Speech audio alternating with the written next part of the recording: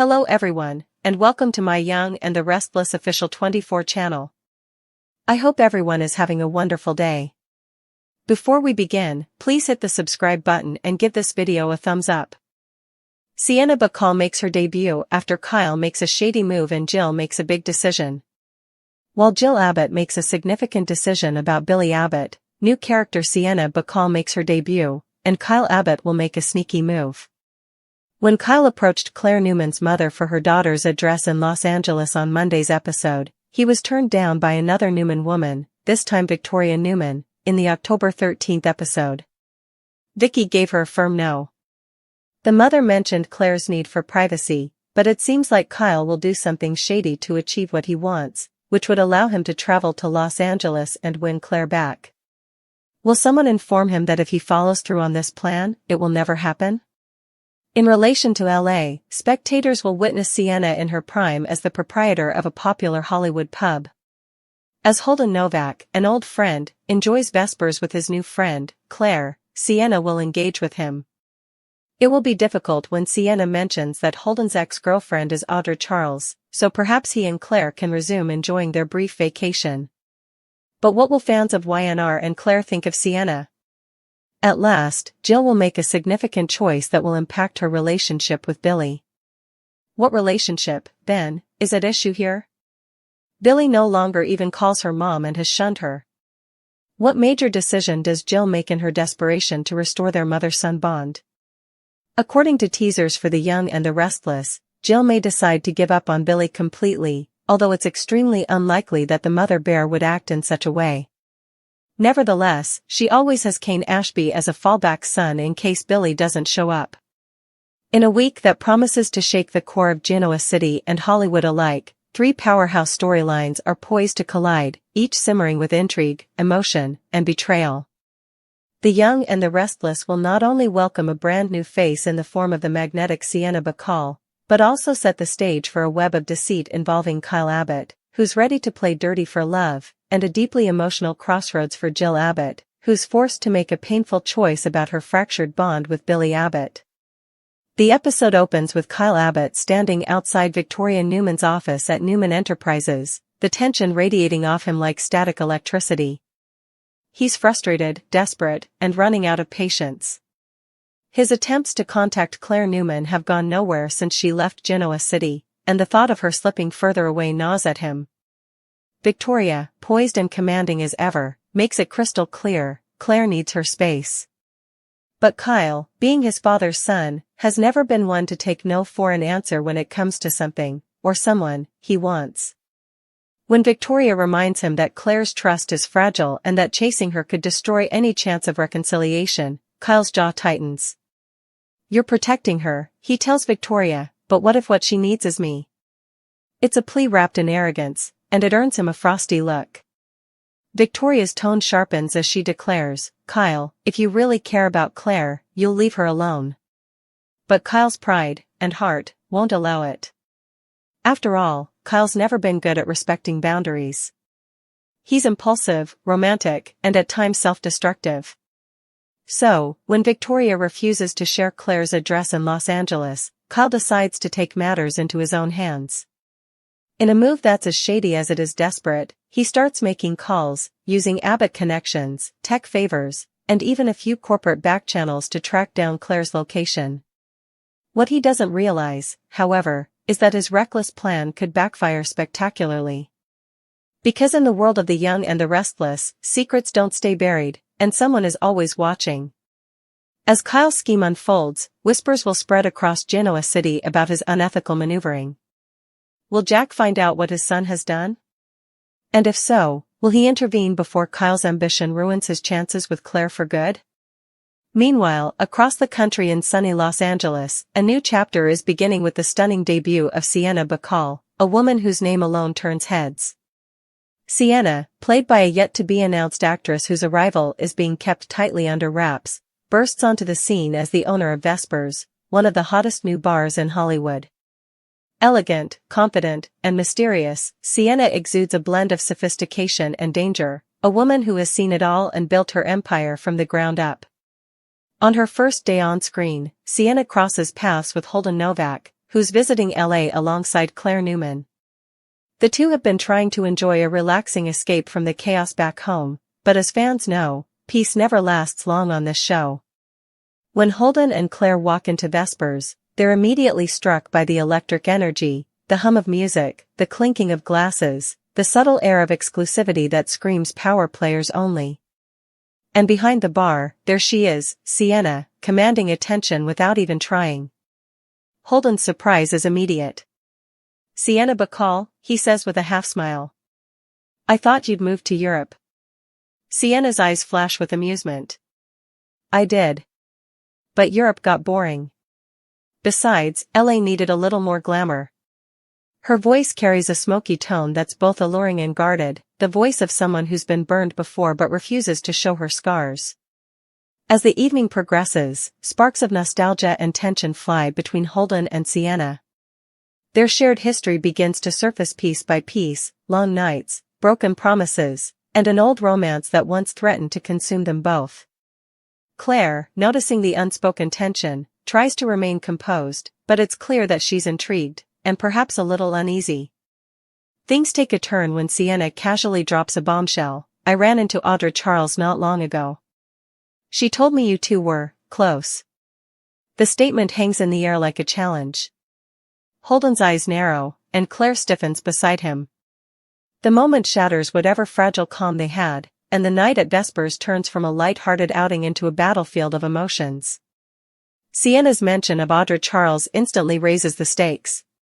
Viewers know that Holden and Audra share a complicated history filled with ambition, deceit, and unresolved passion.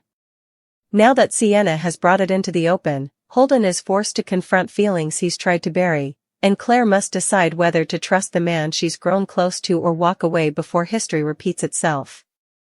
Still, Sienna's debut doesn't feel like a one-time cameo. Her connection to multiple Genoa city figures, and her ability to command a room, hints that she'll be a major player moving forward. Could Sienna be tied to someone in Genoa City's elite circle? Rumors swirl that she may have ties to Tucker Bacall or even Ashland Locke's old business empire. Whatever the case, Sienna's arrival is not random, it's a calculated move, and she's here to make waves.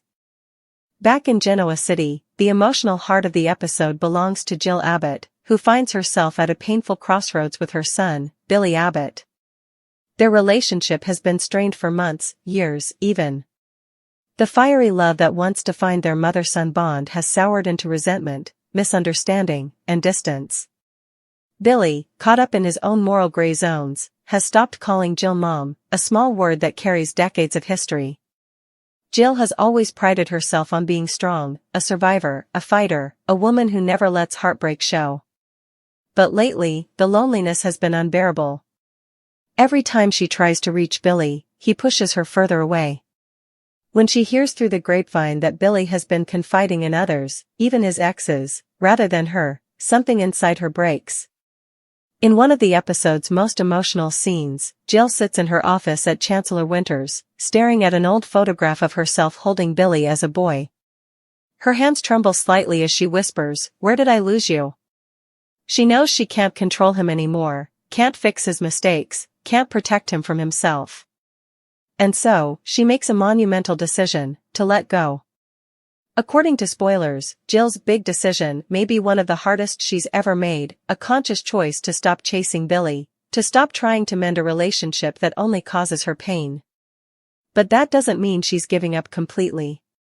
Jill being Jill, she channels her heartbreak into business, preparing to pour her energy into new ventures, perhaps even pulling Kane Ashby back into the fold. After all, Kane has always been the son who appreciated her guidance, even when Billy didn't. As the episode closes, Jill's choice echoes through the Abbott family.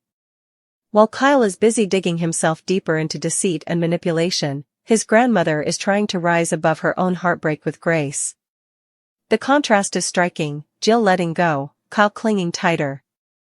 It's a poignant reflection of how the Abbott family, for all its strength, is still built on fragile foundations. Meanwhile, in LA, Sienna wipes down. Jill Abbott's world is spinning faster than ever, and as the walls close in around her family, her patience is wearing thin.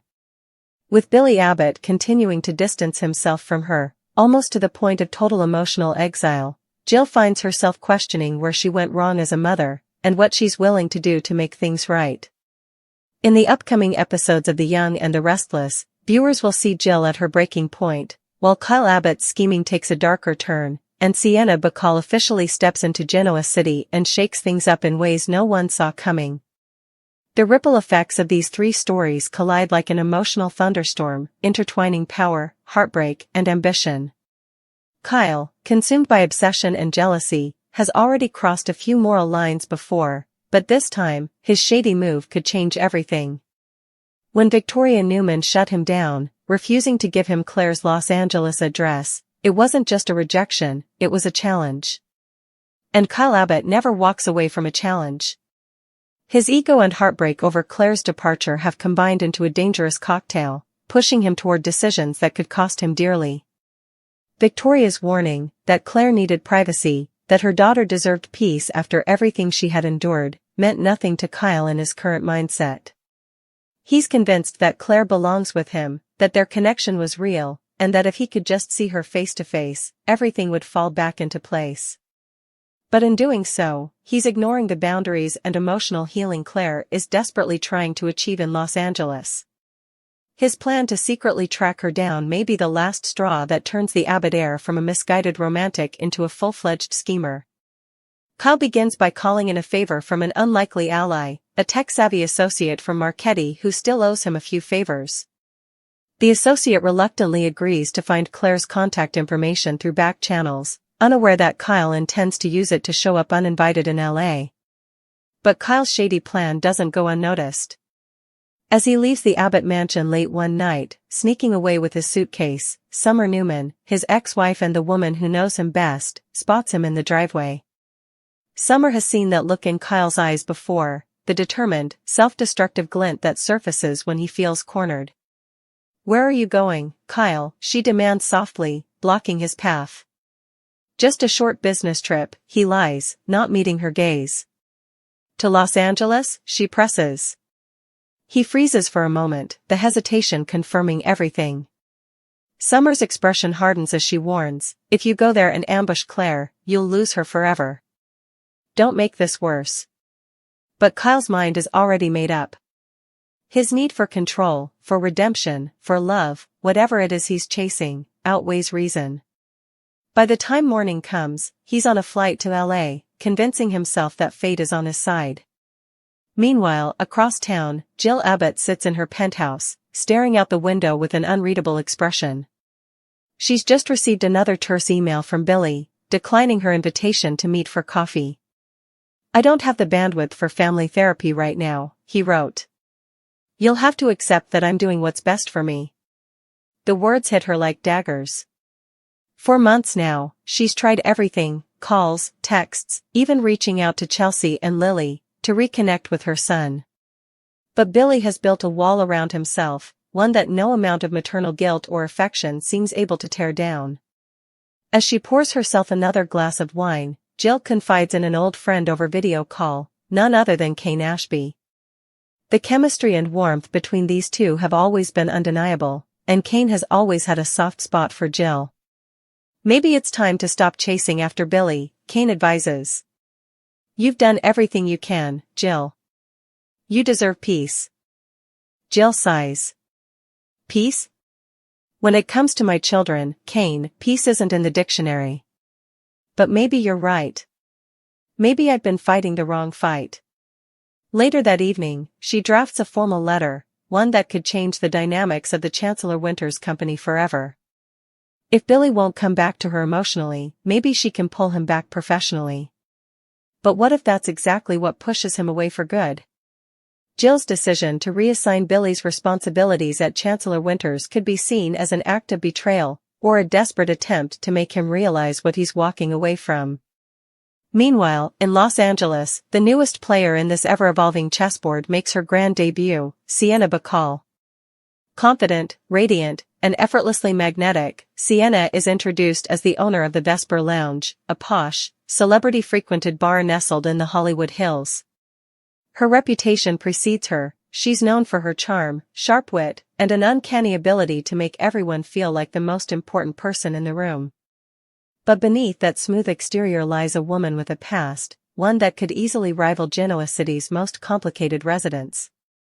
When Holden Novak walks into her establishment with Claire Newman, it's clear that sparks, and tension, will follow. Sienna greets Holden with a knowing smile, a glimmer of nostalgia in her eyes. Well, she says playfully. If it isn't Holden Novak. I never thought I'd see you back in LA, let alone with a new girlfriend. Holden laughs awkwardly, trying to diffuse the tension, but Claire can already sense the undercurrent between them. Sienna, it turns out, isn't just an old acquaintance. She's an ex who knows all of Holden's weaknesses, and one who's not afraid to use them. When Sienna casually drops Audra Charles's name into conversation, referencing Holden's stormy past relationship with the cunning businesswoman, Claire's composure falters. The revelation cuts through her like ice. The air thickens as Sienna smirks, sipping her martini. Relax, darling. Holden's taste in women has always been unpredictable. But maybe you'll be the one to break the pattern. Holden quickly changes the subject, desperate to steer the conversation away from his past, but the damage is done. Claire can't shake the uneasy feeling that Holden is hiding more than he lets on. And when Sienna's gaze lingers a little too long on Holden's hand brushing Claire's shoulder, it's obvious that jealousy, and unfinished business, might soon become the newest storm cloud hovering over this Los Angeles escape. But Sienna isn't all glamour and flirtation. Later, when the crowd thins out and she retreats to her private office, her facade slips. Pulling out a folder of financial documents, she makes a call that reveals her true motives. Yes, she says curtly. He's here. Holden Novak. And he's not alone. The voice on the other end is unidentified, but the exchange suggests Sienna is more than just a bartender, she's working with someone, possibly investigating Holden or Claire. Could she have ties to one of Genoa City's power players? Back in Genoa City, Jill's decision reaches its breaking point. She summons Devin and Lily to her office and announces her plan to restructure the company, removing Billy from a key leadership role due to his unavailability. Devin is hesitant, recognizing the emotional component driving Jill's decision, while Lily expresses concern that this could backfire. You're punishing him for being distant, Lily argues. That's not how you fix family, Jill. But Jill is resolute. Sometimes, she says with steel in her voice, you have to stop waiting for people to come around and take control of what's falling apart. I built this company. I'll protect it, even from my own son if I have to. Her words echo long after the meeting ends, a painful reminder that love and business rarely mix well in Genoa City. By the end of the week, Kyle arrives in Los Angeles under the radar, renting a car and tracking down the address he obtained through his shady contact. What he doesn't expect is to see Claire laughing freely at a table outside the Vesper Lounge, her arm brushing Holden's as they sip cocktails under the warm California sun.